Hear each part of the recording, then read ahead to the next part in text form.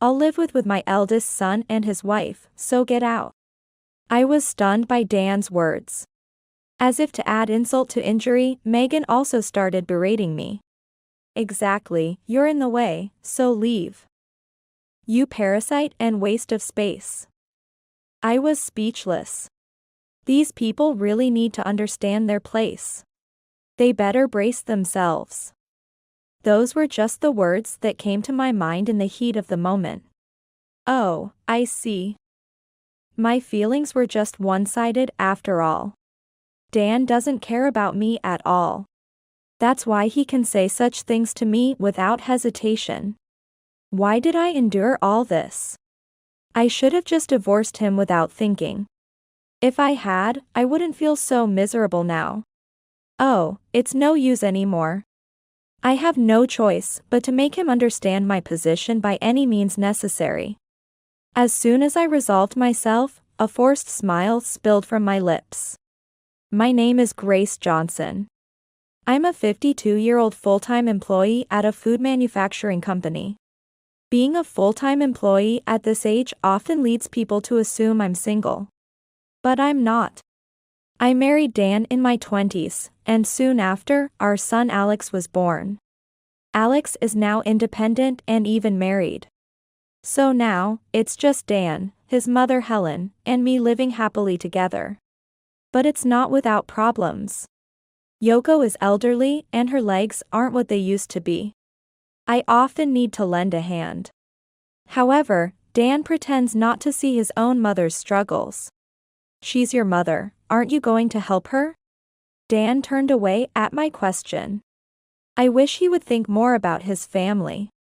Lately, I've been feeling this way more and more.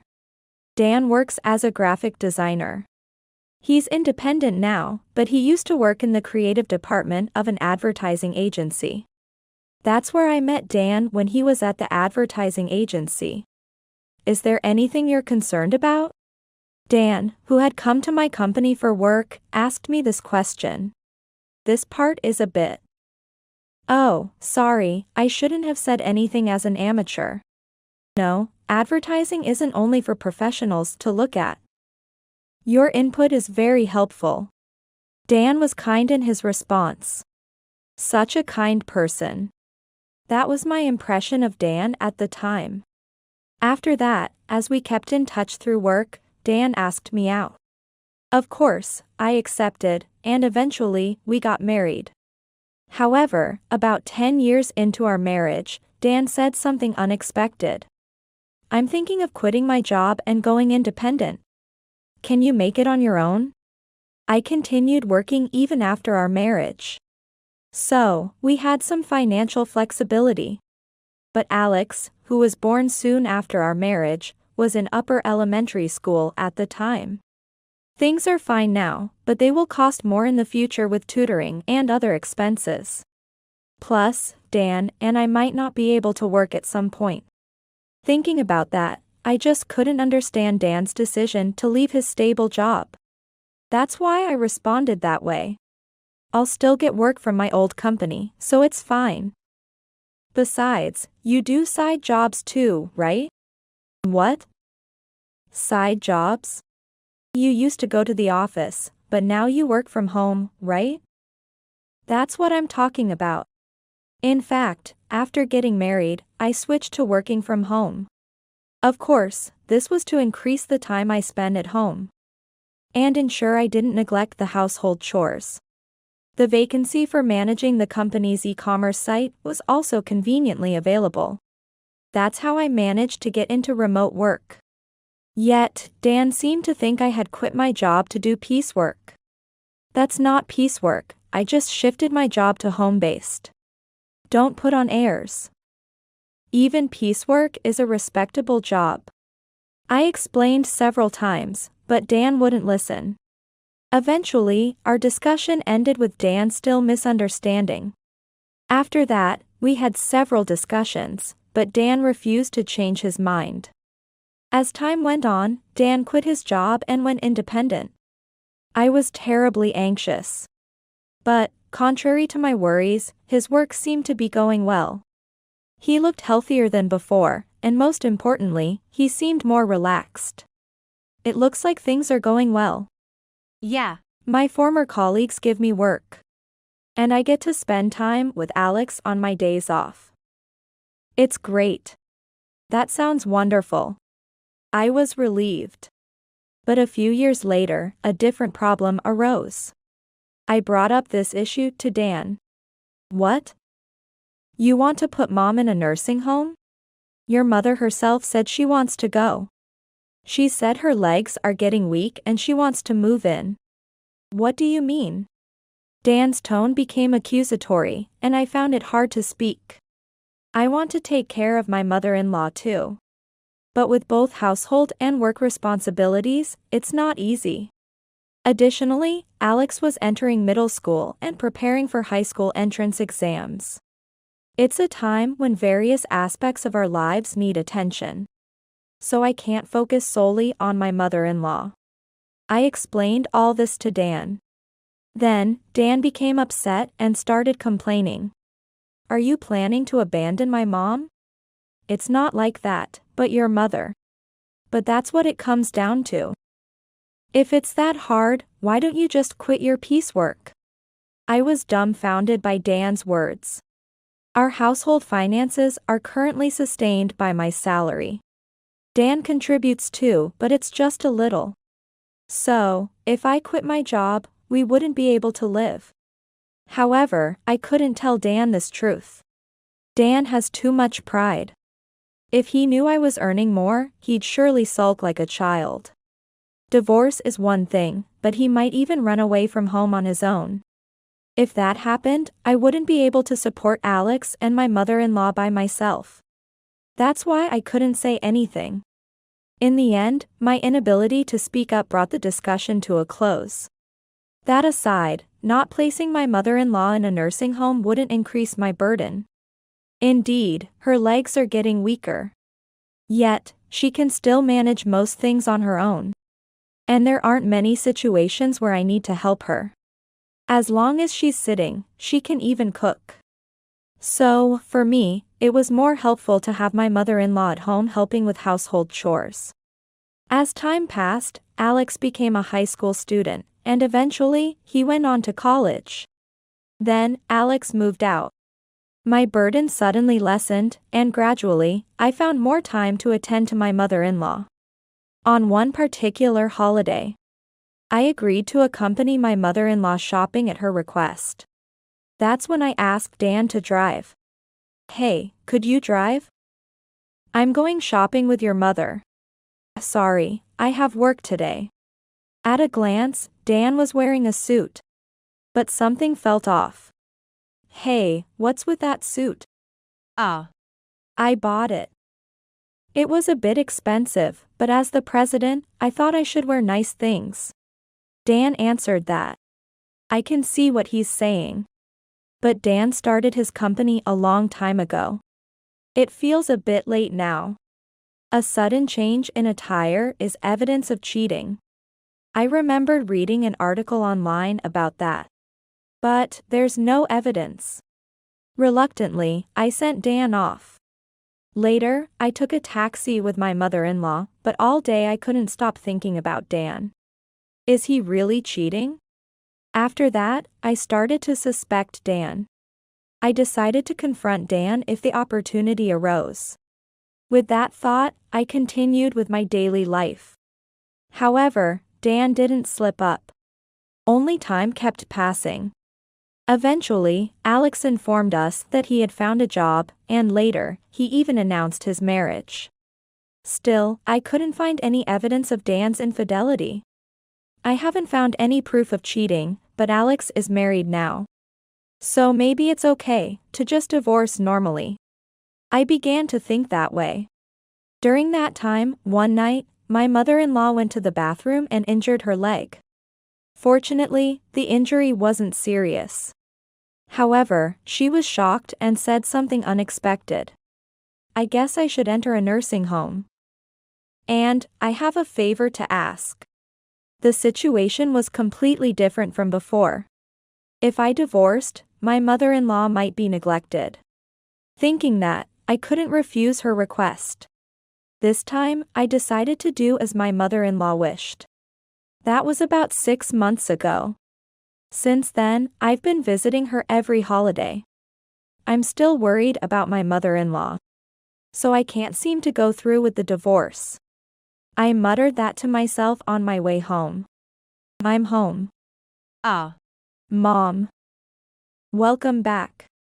It was Alex who spoke. Next to him was his wife, Megan.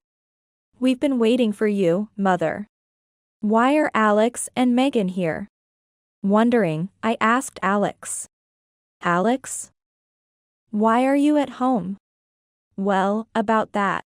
It was just when Alex was about to answer. Dan peeked his face from behind Alex and said to me, "You are so heartless, I decided to divorce you. That's why I called them here." What do you mean? It's about Mom. You've abandoned your duties as a daughter-in-law. Dan raised his voice. I flinched. But your mother. Before I could finish, Dan cut me off. No excuses. I'll live with my eldest son and his wife, so get out. I was stunned by Dan's words. As if to add insult to injury, Megan also started berating me. Exactly, you're in the way, so leave. You parasite and waste of space. I was speechless. These people really need to understand their place. They better brace themselves. Those words just popped into my head in the moment. Oh, so, were my feelings one-sided? Dan doesn't care about me at all. That's why he can say such things to me without hesitation. Why did I put up with it? I should have just divorced him without a second thought. If I had, I wouldn't feel so miserable. Oh, it's hopeless. I have no choice but to make him understand my position by any means necessary. The moment I resolved myself, a forced laugh escaped me. Understood. I'll leave. After saying that, I walked past the three of them. I headed to my room. All I needed was some clothes and my work laptop. Then, I grabbed a few valuables as usual. I packed them into my travel bag. Are you really going to divorce? Yes, of course. I quickly grabbed my bags. Then, after a moment of thought, I said to Dan, "Well, I'll give you a peaceful divorce for $10,000. If you don't like that, I'll get a lawyer and drag it out." The compensation for infidelity seemed a bit low. But I don't have the energy to argue with Dan right now. That's why I deliberately offered him favorable terms. Why should I pay compensation? Because you're the one who brought up divorce. Even so.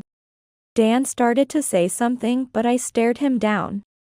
Then, smiling, I told him, "Shall we get a lawyer involved? If you've been cheating, $10,000 won't cover it." What? At least $30,000. If you're not guilty, that would be better for you, right? I knew Dan would choose the former. In a way, it was a gamble.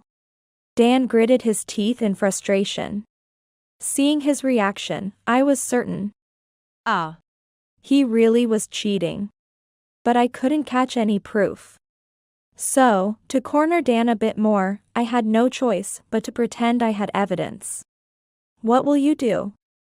If we get a lawyer, I'll also claim compensation from your affair partner. I don't want to worry your mother.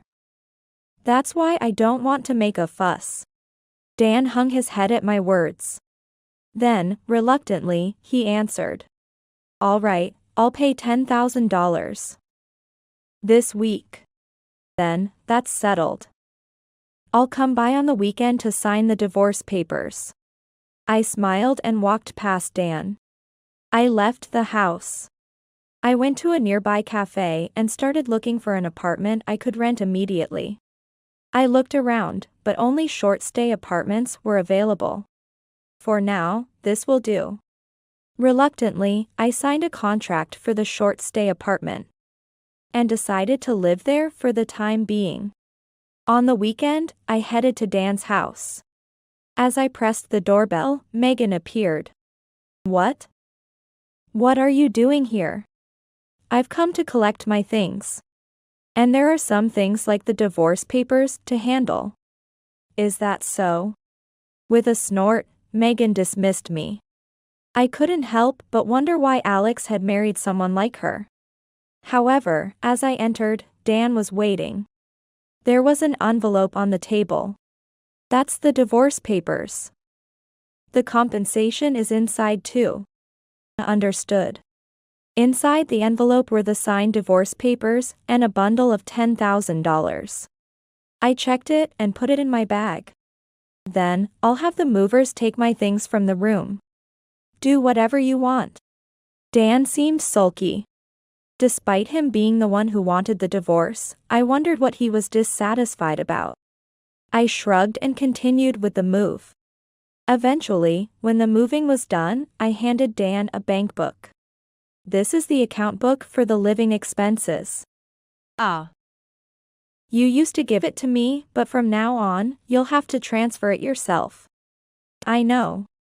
Dan snatched the bank book as if grabbing it. It was like dealing with a child.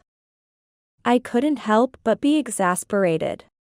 Then, I went to where Alex and Megan were in the living room. I have something to discuss with you too. What is it? I don't really want to talk though. Take this. As soon as I produced the bank book, Megan's eyes lit up. Are you giving us money? No. It's the bank book for the living expenses. Oh. Megan visibly disappointed. Use it to manage the living expenses Alex gives you. Ugh. Such minor details, annoying person. Megan muttered. I pretended not to hear and told Megan. You will be managing the family's living expenses, including Dan's, all right? Yeah. Megan answered reluctantly. I sighed and left the room. Now that I had passed on the bank book for living expenses and secured the divorce papers, I had no further connection with Dan and his family. I felt somewhat relieved. Just a few days after this exchange, I was busy working in my room when my phone unexpectedly rang. Who could it be, at this busy time? Sighing, I picked up the phone. The screen showed Alex's name. Isn't he supposed to be at work? I glanced at the clock. It was just past 10 a.m. It was too early for lunch break, perhaps it was something urgent? With various thoughts swirling, I answered the call. Hello? What's the matter, Alex? Mom.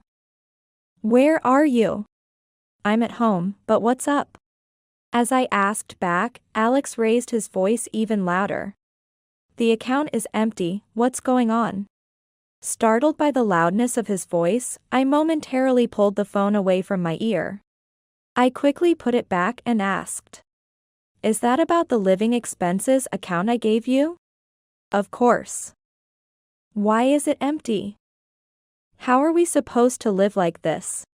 Well, that was the point. I had emptied the account before handing it over. The funds in it were from my salary for living expenses. So, I had no obligation to leave anything in there. Thinking this, I asked Alex. Haven't you deposited any living expenses? Alex mumbled in response. That's strange, what's going on? I asked again. Didn't you put in the living expenses? No. I thought you were putting it in. Why would I do that? I'm not living with you guys. Alex fell silent when I said this. I continued, trying to reason with him. I clearly told Megan to use the living expenses you provided. That's true, but it's not just about handing over your salary. What's so difficult about that? In a small voice, Alex muttered something. What? What did you say? I got fired, so I have no salary. Alex shouted. What? Fired? Yes. Actually, Alex began to explain why he had returned home. It was just before he moved back. Alex had made a major mistake at work. Of course, a mistake alone wouldn't lead to dismissal. But Alex tried to blame his subordinate for the mistake. Being caught would mean no promotion. Being demoted would be embarrassing. Out of self-preservation, he tried to pin it on someone else. However, it was quickly discovered. He was then pressured to resign. Then, don't you have any severance pay? There should be unemployment benefits too. It's all gone. I used it all up. Right after leaving his job, he had been living off his savings. Unemployment benefits made life easier than expected. He should have looked for another job during that time, but Alex did nothing. He believed he was competent enough to manage.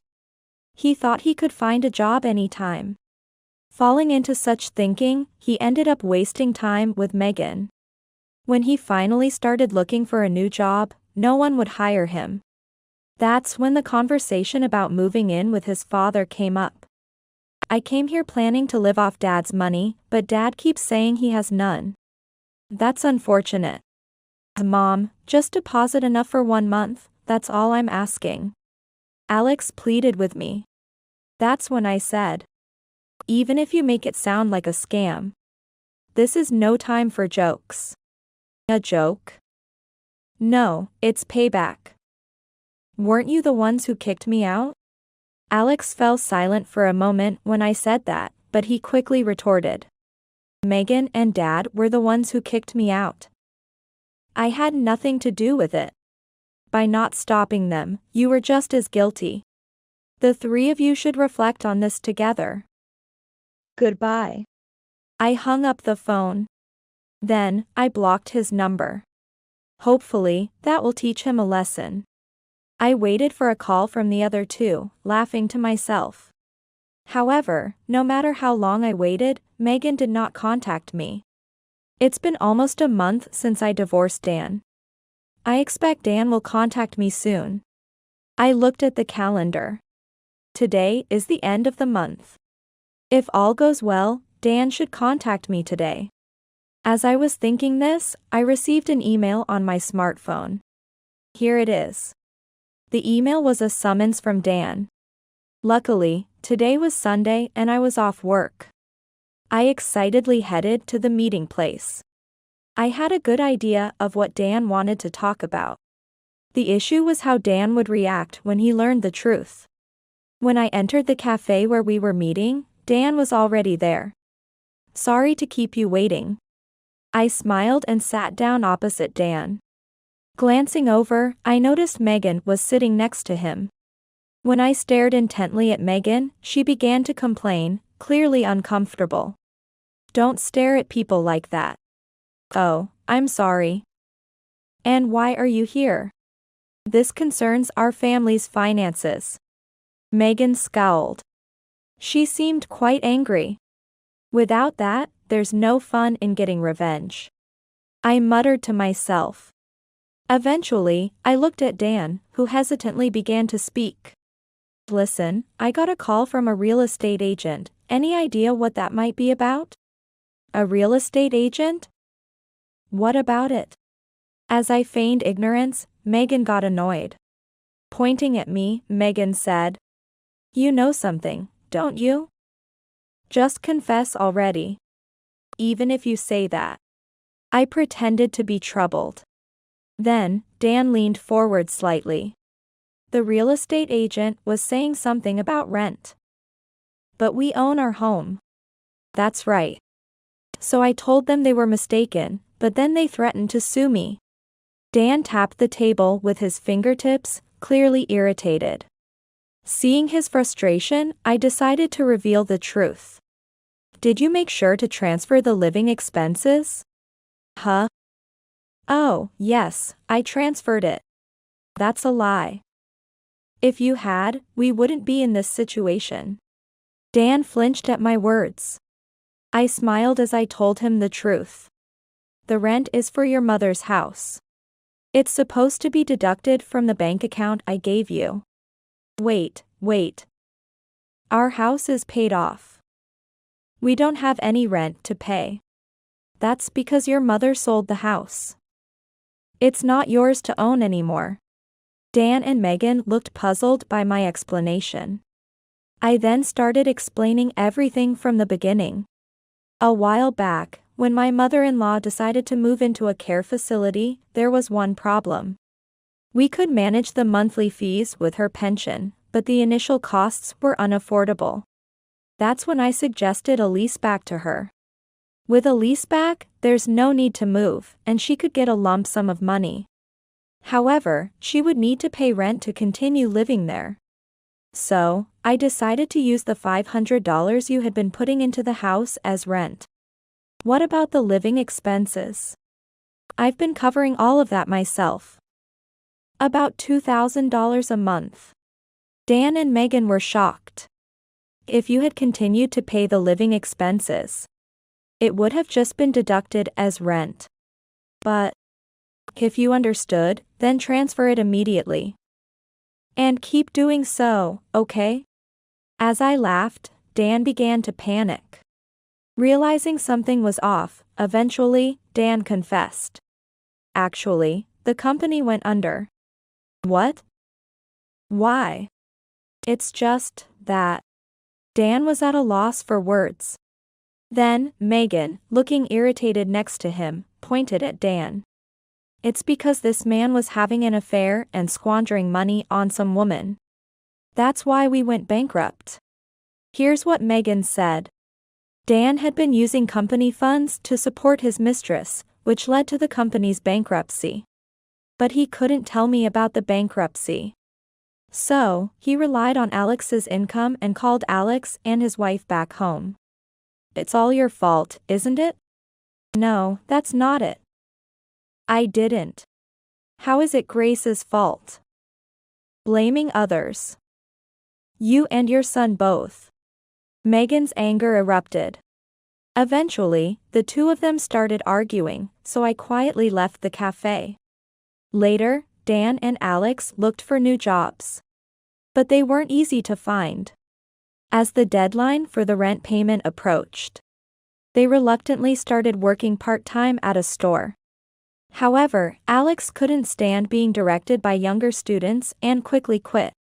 Dan, mocked for his age, also stopped going to work. Eventually, the two borrowed money from dubious lenders and ended up being sent to work on a fishing boat to pay off their debts. Now, they are fishing for crabs up north. Meanwhile, Megan quickly gave up on the two. She left home and initially returned to her parents' house. However, debt collectors showed up there too, and now she's working hard in a nightclub. As for me, I'm enjoying living alone. I occasionally visit my mother-in-law, leading a fulfilling life. She asks me if I plan to remarry, but I'm not in the mood just yet. However, there's one staff member at the care facility who has caught my interest. It seems my mother-in-law has noticed, but I hope she'll just watch over me for a while longer.